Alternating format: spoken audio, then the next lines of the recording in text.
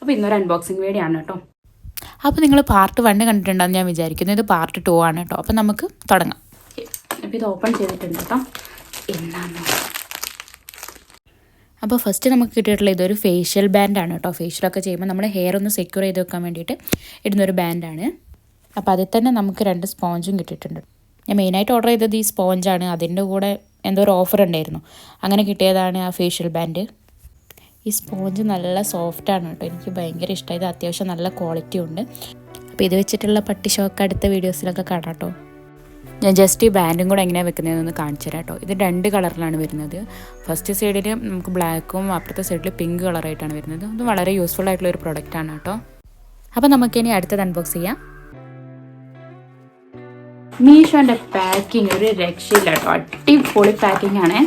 ഇനി ഈ ബോക്സിൻ്റെ ഉള്ളിൽ ഇനി ഒരു കുഞ്ഞു ബോക്സ്. അപ്പോൾ അടുത്തതായിട്ട് ഞാൻ ഓർഡർ ചെയ്തിട്ടുണ്ടായിരുന്നത് ഈ കളർ കറക്റ്ററാണ് കേട്ടോ. ഈ സാധനം ഇങ്ങനെയൊക്കെയാണുള്ളത്. ഇതിൻ്റെ ഉള്ളിലൊക്കെ എന്തോ ഒരു കുഴപ്പമുണ്ട്.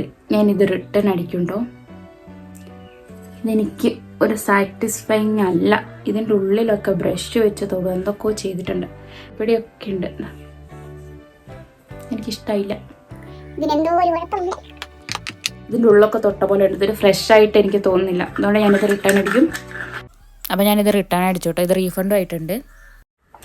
അപ്പോൾ ഇന്നത്തെ വീഡിയോ അത്രയൊക്കെയുള്ളൂ. നിങ്ങൾക്ക് വീഡിയോ ഇഷ്ടമായെന്ന് ഞാൻ വിചാരിക്കുന്നു. ഇഷ്ടപ്പെട്ടിട്ടുണ്ടെങ്കിൽ എന്തായാലും ലൈക്ക് ചെയ്യണം, സബ്സ്ക്രൈബ് ചെയ്യണം, സപ്പോർട്ട് ചെയ്യണം. അപ്പോൾ ഇതേപോലെ മറ്റൊരു വീഡിയോയിൽ കാണാം. ടാറ്റാ.